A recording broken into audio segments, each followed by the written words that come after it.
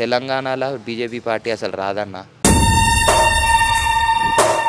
చూస్తుంది ఎప్పుడెంత ఏం బీక్కున్నా రాదు కలుపుకున్న తర్వాత మాకు ఓట్లు ఏంటంటాడు కానీ ఏముండదు అక్కడ ఏముండదు ఆడ ఎందుకంటే అన్న ఒకటి చూడు తిప్పి కొడితే 15-20 మంది కూడా తిరగట్లే వాళ్ళు 15-20 మందికి అసలు వాళ్ళు ఎవరైనా పట్టించుకుంటుర్రా ఏం లేదు వీళ్ళు ఇట్లా అరుచుకుంటూ పోతారు అంతే తర్వాత డబ్బులు ఇచ్చి ఓట్లు వేయించుకుంటారు డబ్బులు ఇచ్చేటప్పుడు కూడా పోలీసు వాడే పక్క నుండి ఇప్పిస్తా ఉంటాడు పోలీసు వాడు వాళ్ళ దిక్కే ఉంటాడు మళ్ళీ వచ్చేది కూడా పోలీసులు నార్తోళ్ళు అంటే ఎవరికి హయాంలో ఉంటారు బీజేపీ హయాంలో ఉంటారు వాళ్ళు ఏంటంటే వచ్చి చేతులు కట్టుకోవాలి వాళ్ళది అక్కడ అయిపోగానే వాళ్ళు ఇక్కడ నుంచి ఎక్కడికి షిఫ్ట్ అవ్వాలి అంతే వాళ్ళదే నడుస్తుంది కానన్న ఇక్కడైతే 100% చెప్తానా నాకు గతంలో యూత్ కాంగ్రెస్ ప్రెసిడెంట్ అంటున్నావు ఖమ్మంలో మరి కాంగ్రెస్ కు వచ్చే అవకాశాలు లేదు అంటున్నావు సెంట్రల్ లో ఇక్కడ బీజేపీ వైఫల్యాలను చెప్తున్నావు మరి నీకు ఎవరు రావాలని ఉన్నది ఎవరు వస్తే బాగుంటుందని భావిస్తున్నావు అసలు అన్న ఇప్పుడు ఎట్లా ఉంటుంది అంటే అన్న క్యాండిడేట్కి వేస్తారు అన్న క్యాండిడేట్ ఉంటాడా ఎమ్మెల్యే కానీ ఎంపీ కానీ క్యాండిడేట్ ఉంటాడా వాడు వర్తా కాదని చూస్తారు ఫస్ట్ వాడు వర్తా అనేది అంటే ఇప్పుడు నేనే ఉన్నా అన్న అప్పట్లో ఎంపీ ఉండే పొంగులేటి శ్రీనివాసరెడ్డి ఆయన ఖమ్మంలో నాకే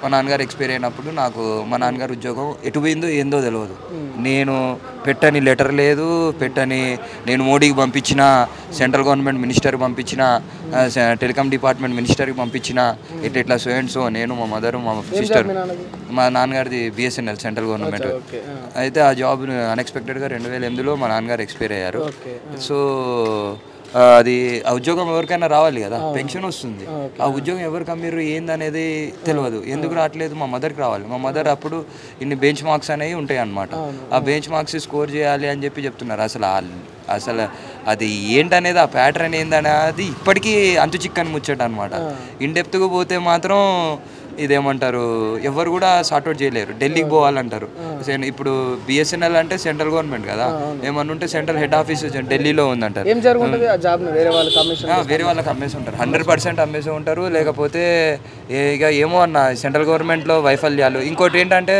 మనం గట్టిగా మాట్లాడటానికి కూడా లేకుండా అయిపోయింది బిఎస్ఎన్ఎల్ పరిస్థితి ఎట్లయిపోయిందంటే మోడీ వచ్చాక మొత్తానికే టెలికాం డిపార్ట్మెంట్ అంతా వాడు అసలు దాంట్లో ఉన్నోళ్ళు ఉన్నారు పోయినోళ్ళు పోయిర్రు అన్నట్టుంది మా నాన్నగారు అప్పుడు స్టార్టింగ్లో పోలెక్కి మరీ పనిచేసేవాళ్ళు అన్న ఆ ఉద్యోగం మీద ఇప్పుడు మాకు పెన్షన్ కూడా సరిగ్గా రాదు మళ్ళీ హెల్త్ కార్డు కూడా మేమేందంటే ముందు చూపించుకోవాలి ముందు చూపించుకొని హెల్త్ కార్డు ఉంటుంది కదా ఇప్పుడు మాకు ఇప్పుడు ఫర్ సపోజ్ మా మదర్కి ఏమైనా హెల్త్ డిజార్డర్ అయిందనుకోండి హెల్త్ డిజార్డర్ అయినప్పుడు చూపిస్తాం కదా హాస్పిటల్లో చూపించినప్పుడు మనకి ఇంత ఖర్చు అవుతుంది ఒక 30,000 ఖర్చు అయింది అనుకోండి ఆ 30,000 మనం ముందు ఖర్చు పెట్టుకున్నాక బిల్స్ పెట్టుకుంటే వాళ్ళు ఎప్పటికో 3 నెలలకు వేస్తారు ఈ లోపు 3 నెలలు ఎట్లా వెళ్తుందన్న ఒక సామాన్యుడికి ఒక ప్రాబ్లం వచ్చి పడ్డదంటే వాడికి గవర్నమెంట్ ఉండాలి గవర్నమెంట్ సరిగ్గా లేదు ఇంకొకటి ఏంటంటే ఆయన వచ్చి ఆయన పథకాలు తెస్తాడు ఈయన పథకాలు తెస్తాడు ఇప్పుడు ఎవరు వచ్చినా కానీ ఆ పథకాలు అయితే రావన్న పైకి ఇట్లా పైన పట్టారం లోన లోటారం ఉంటుంది మొత్తం డమ్మీ ఉంటుంది వ్యాపారం మొత్తం డమ్మీ ఉంటుంది అన్న నాది ఖమ్మంలో ఉంది ఖమ్మంలో ఇంకా అభ్యర్థి ఇక డిసైడ్ అవ్వలేదు కాకపోతే ఏంటంటే ఖమ్మంలో ఎట్లుంటుంది అంటే అన్న రాజకీయం క్వైట్ డిఫరెంట్గా ఉంటుంది ఇక్కడ సీఎం నిలబడ్డాడు అండి ఇక్కడ సీఎం గెలిచిండు అంటే రేవంత్ రెడ్డి ఫస్ట్ తెలంగాణ పార్టీ తెలంగాణ మొత్తంలో ఖమ్మం దిక్కు ఖమ్మం మదిర పాలేరు ఇలందు అశ్వరాపేట జగ్గైపేట ఇక్కడ ఖమ్మంకి సంబంధించిన 11 కాన్స్టిట్యున్సీలో కాంగ్రెసే రావటం పెద్ద ఇదే అనమాట ఎట్లా అంటే టీడీపీ పార్టీలో ఉండే వాళ్ళు ఉంటారు కదా వాళ్ళందరూ సగం మంది మా దగ్గర రెబల్స్ అందరూ టీడీపీ పార్టీయే గెలుస్తారు ఎవరు గెలిచినా కానీ ఎవరైతే పార్టీ ఉంటుందో ఆ పార్టీలో గెలుస్తారు కాకపోతే లాస్ట్ టైం పువ్వాడ అజయ్ కుమార్ ఒక్కడే ఇదేమంటారు టీఆర్ఎస్ పార్టీలో నిలబడి టీఆర్ఎస్ పార్టీ అంటే ఫస్ట్ కాంగ్రెస్లో గెలిచిన తర్వాతకి చాలా పార్టీలు మారి టీఆర్ఎస్లోకి వచ్చిండు కానీ మళ్ళీ టీఆర్ఎస్లో కంటెస్టెంట్ చేస్తే టీఆర్ఎస్లోనే గెలిచిండు టీఆర్ఎస్లో గెలవటం వల్ల ఏమైందంటే నమ్మకం ఏర్పరచుకుండు నేను ఈ పార్టీలో ఉండి చేస్తా అని ఏర్పరచుకున్న ఆయన మరి చేయాలి కదా ఇక్కడ ఏమైందంటే కేసీఆర్ కూడా ఇదేమంటారు టూ మచ్ భూ కబ్జా చేసిండు అన్న ఫస్ట్ థింగ్ టూ మచ్ భూ కబ్జా చేసిండు ఏ రకంగా అంటే ల్యాండ్ స్కామింగ్ ఎట్లా అంటే ల్యాండ్ చాలా రకాలుగా స్కామ్ చేసారు ఇప్పుడు గూగుల్ చేస్తే అన్న మనకి ఇక్కడ నుంచి ఇక్కడికి పోవాలని మ్యాప్లో పెట్టుకుంటాం కదా అట్లనే గూగుల్ పోర్టల్లో మొత్తం అసలు భూమి ఎక్కడ ఖాళీ ఉంది, ఎక్కడైతే అప్గ్రేడ్ కాకోకుండా ఉంది, దాంట్లో చూసి అక్కడ ఆ భూమి వాళ్ళు అనుకున్న బినామీలకి వాళ్ళు అక్కడ జప్తు చేసుకొని అక్కడ రోడ్డే రాదు, రోడ్డు సీసీ రోడ్డు వేసేసి దానికి ఉన్న ల్యాండ్ వాల్యూని ఏడుకో తీసపోయారు. అంటే అక్కడ ఉన్నోడు బీద బీద పూర్ పీపుల్ పూర్గానే ఉన్నారు, బీదోడు తీరే ఉండు. ఇక వీడు ఆ మామూలు స్థాయిలో ఉన్నోడు కాదు, బలిసినోడు వచ్చేతే ఇన్వెస్ట్మెంట్ పెట్టి రూపాయి ఇన్వెస్ట్మెంట్ పెట్టి కూడా వాడు 100 రూపాయలు సంపాదించుకుంటుండు. ఒక బీదోడు పొద్దున్న నుంచి సాయంత్రం కష్టపడ్డా కానీ ఒక రూపాయి రావడానికి చాలా ఇబ్బందులు ఉంటాయి. ఇంకా చాలా ఉన్నాయన్న, చెప్పుకుంటూ పోతే నిమ్స్ హాస్పిటల్లో కానీ అన్ని చోట్ల అన్న చాలా ఉన్నాయన్న, 1-2 కాదు. ఎంతోమంది చాలా వ్యాధులతో చాలా ఇబ్బంది పడుతున్నారు. ఏ గవర్నమెంట్ కూడా ఏ స్కీమ్ తెలియలేదు, మేము ఇది చేస్తాం, మేము అది చేస్తాం, ఏది చేస్తాం. సరే, గ్రాడ్యుయేట్ ఎమ్మెల్సీ ఓటు ఎవరికి వేస్తావు? గ్రాడ్యుయేట్ ఎమ్మెల్సీ ఓటు నేను అప్పట్లో పొంగురెడ్డి సుధాకర్ రెడ్డికి వేసేవాడిని. ఆయన మరి ఇప్పుడు కాంగ్రెస్ తరపున అయితే నవీన్ గారు అలియాస్ తీన్మార్ మల్లన్న ఉన్నాడు కదా, మాకు ఖమ్మంలో కదా మీకు అక్కడ నల్గొండ. అవును, అయితే అక్కడ ఎవరు ఉన్నారు ఇప్పుడు మీకు? మాకు ఇప్పుడు అంత ఐడియా లేదన్న. కాకపోతే ఏంటంటే ఎమ్మెల్సీ వరకు అయితే అంత ఐడియా లేదు. నేను ఎప్పుడో పార్టీని వదిలేసిన. నేను చాలా మంది కార్పొరేటర్లను కూడా గెలిపించిన, 49-50 డివిజన్ల కార్పొరేటర్లను గెలిపించినాం ఆ ఖమ్మంలో. చాలా వరకు ర్యాలీలు గీలీలు అన్నింటిలో పోయినాం. కాకపోతే ఏంటంటే ఎవడు కూడా స్టఫ్ ఉన్న వ్యక్తి కాదు. ఏంటంటే యూజ్ ఉన్నంతసేపే అన్న. గెలిచిన తర్వాత వాడిని మనం పోయి సార్ అని పలకరించినా వాడు కనపడ్డు. ఏంటంటే ఢిల్లీలో ఉన్నట్టు. ఢిల్లీలో ఏం జరుగుతుందంటే మీటింగ్ జరుగుతుందంట. ఢిల్లీలో ఏ మీటింగ్ జరుగుతుందో, ఎవరికి ఏం జరుగుతుందో అక్కడైతే ఢిల్లీలో అయితే ఉంటాడు. సారేడి వేరు అంటే ఢిల్లీకి వేరు. ఎప్పుడు వస్తారంటే వస్తారు 1 వీక్ పట్టవచ్చు, 2 వీక్స్. ఏదంటే ప్రోటోకాల్ అంటారు. ఒకటికి ఒకటి పడదు అన్న. ఇక్కడ ఏంటంటే అందరు దొంగలే అన్న, అందరు దొంగలే. కాకపోతే ఏంటంటే 500 ఇచ్చినోడు అరే బాబాయ్ నేను 1000 రూపాయలు ఇస్తానా అంటే వాళ్ళు వీడు కుమ్మక్క అయిపోయే ఓటుకి 1000-1500 మార్జిన్ చూసుకొని వాడికే ముందే జడ్జ్ చేతుడు. నువ్వు పంచే బదులు అదేదో నాకే నేనే డ్రాప్ అవుతా అనే కాన్సెప్ట్ నడుస్తుంది వీళ్ళకి. వాళ్ళది అట్లుందన్న. ఫేర్ లేదన్న, ఎక్కడా లేదు. మొత్తం అంతా ఇదేమంటారు, చాలా మటుకైతే చాలా మటుకి ఇది డిమాన్స్ట్రేషన్ అయింది కదా అన్న డబ్బులు. నాకు ఒక డౌట్ అన్న, రిలయన్స్ బంకులు ఇది ఏమంటారు అంబానీ బంకులు ఏదైతే ఉన్నాయో పెట్రోల్ బంకులు, అవి వైఎస్ రాజశేఖర్ రెడ్డి కాలంలో ఎందుకు రాలేదన్న? ఎందుకు రాలేదా? ఇవన్నీ పాతబడ్డ బంగ్లాల లెక్క, పాతబడ్డ బంకుల లెక్క గుడ్డలు చుట్టి పెట్టిరు.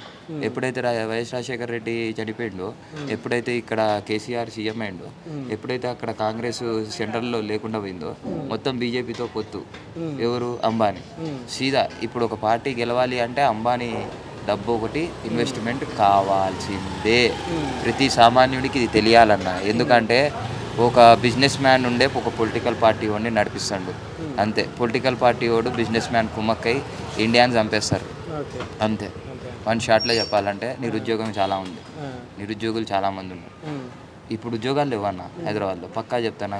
బిఫోర్ కరోనా అయితే ఒక ఎత్తు, ఆఫ్టర్ కరోనా ఒక ఎత్తు. కరోనాలో జనాల్ని తీసుకొచ్చి direct up to the ground mark వేసి పడేసారు. ఇక దాని తర్వాత మళ్ళీ స్టెప్ బై స్టెప్ అనుకుంటూ ప్రతి ఒక్క స్టెప్ ఎక్కుంటూ రావాలంటే ఒక సామాన్యుడికి అంత ఈజీ కాదు. ఏ పొలిటికల్ పార్టీ కూడా నించోలే. కరోనాకి అది చేసినాం ఇది చేసినాం వ్యాక్సిన్ ఇచ్చినాం అంటారు. ఒక డోసు ఇస్తే 2 డోసులు ఇస్తే అయిపోయిందా? సామాన్యుడికి నిత్యావసరాలు ఇస్తే అయిపోయిందా? చాలా మంది అప్పులు కట్టుకోకుండా అప్పులు వాళ్ళయి చాలా మానసిక ఒత్తిడికి గురై చాలా సూసైడ్లు అవుతున్నాయి, చాలా మంది చచ్చిపోతున్నారు. కనీసం పంట భూములకి వ్యవసాయం చేసే వాళ్ళకి పెస్టిసైడ్స్ ఇస్తారు అన్న. పెస్టిసైడ్స్ ఎందుకు కొనుక్కోవాలన్నా? ఇవాళ మనం తింటున్న ప్రతి ఆకుకూరైనా కానీ, ఏదైనా కూరగాయలైనా కానీ, బియ్యమైనా కానీ ఎవరు పండిస్తే వచ్చింది? ఫార్మర్ పండిస్తే వచ్చింది. ఫార్మర్కి నువ్వు ఒక పొలిటికల్ పార్టీ ఏ రకంగా బ్యాక్ బోన్ గుండు? ఎవ్వరు లేరు. జై కిసాన్ జై ఇంకేదో అంటారు కదా, అదేదో ఐడియా లేదు. జై కిసాన్ జై జవాన్ అని అంటారు కదా. మరి ఇదేమంటారు, నువ్వు ప్రియారిటీ ఫస్ట్ ఫార్మర్కి ఇవ్వట్లేదు, నీ కంట్రీకి ఏమి ఇస్తావు? నువ్వు కుల రాజకీయం చేస్తాను. నువ్వు గెలుద్దాం అనుకుంటున్నావేమోలే కానీ అది నార్త్లోనే అవుతుంది అన్న. ఎందుకంటే నార్త్లో వాళ్ళు బీజేపీకి అది గుడి కట్టించి అది ఒకటి చూపించుకుంటుండ్రు. కాకపోతే నాకు ఫస్ట్ థింగ్ అమిత్ షా మాట్లాడిన విధానం కరెక్ట్ కాదు. అందుకే తుస్సది ఎప్పుడెంత ఏం బీక్కున్నా రాదు. అంతెందుకన్నా ఖమ్మం వచ్చి చూడమను ఒక బీజేపీ అభ్యర్థి వచ్చి ఎమ్మెల్యే ఎంపీగా నిలబడి చూడమను ఒక్కసారి వచ్చి ఒక ఇదేమంటారు ఒక ఉపన్యాసం మాట్లాడమను. ఖమ్మం వచ్చి ఒక బీజేపీ ఎంపీ కానీ ఎమ్మెల్యే కానీ ఎవ్వరు మాట్లాడలేరు. ఒక నించోరు జనాలు రారన్న. హైదరాబాద్ అనుకో కొన్ని కోట్ల మంది ఉంటారు. ఏడబడితే సభ పెడితే బువ్వ పెడితే డబ్బులు ఇస్తే వస్తారు. అదే అక్కడ నీకు దమ్ముంటే వరంగల్లోనా ఖమ్మంలోనా ఎక్కడైనా ఒక బీజేపీ పార్టీ క్యాండిడేట్ వచ్చి ఎమ్మెల్యేగా నేను పోటీ చేస్తాను, మీకు ఇచ్చేస్తా, ముస్లిం మైనార్టీలకు ఇచ్చేస్తాను మాట్లాడమను. ఎందుకంటే మోడీ ఒత్తిడి ఉంటుంది, అమిత్ షా ఒత్తిడి ఉంటుంది. నువ్వు ఎట్లా హామీలు ఇస్తావు అంటారు. ఆ హామీలు ఇస్తారు, ఆ హామీలు పూర్తి కావు, అంతా దొంగ హామీలే. ఎవ్వరు అన్న ఒకటి కాంగ్రెస్ కేసు చూస్తారన్న, నేను కూడా చెప్తాను బాజాప్తా బరాబర్ రాహుల్ గాంధీకి వేస్తామన్నా. ఎందుకు వేస్తామంటే మాకు కాంగ్రెస్ బాగానే చేసింది, నేను కాంగ్రెస్ పార్టీ వ్యక్తినే. బేసిక్గా మా తాతగారు సిపిఎం. మేము బడుగు బలహీనత వాళ్ళకే మాత్రమే తోడుంటాం. ఒక బలిసినోడు ఉండు కదా వాడికే నమస్తే చెప్పాలి కదా అంటే అట్లా నడవది మన దగ్గర. ఒక బీదోడు ఉండు వాడు కష్టపడుతుండు, వాడికి పోయి భుజం చాచి కష్టపడుతుండు కదా అని చెప్పి వాడికి హెల్ప్ చేస్తాం అంతేగాని వేరే విధంగా ఒకరిని చూసి వాడు బలిసినోడు కదా వాడు డబ్బులు ఇస్తుండు కదా దేనికి పడితే దానికి కొట్టేస్తే న్యాయం జరగదన్న. రీల్లో ఉండకూడదు, రియల్లో ఉండాలి, అది నేను చెప్పేది.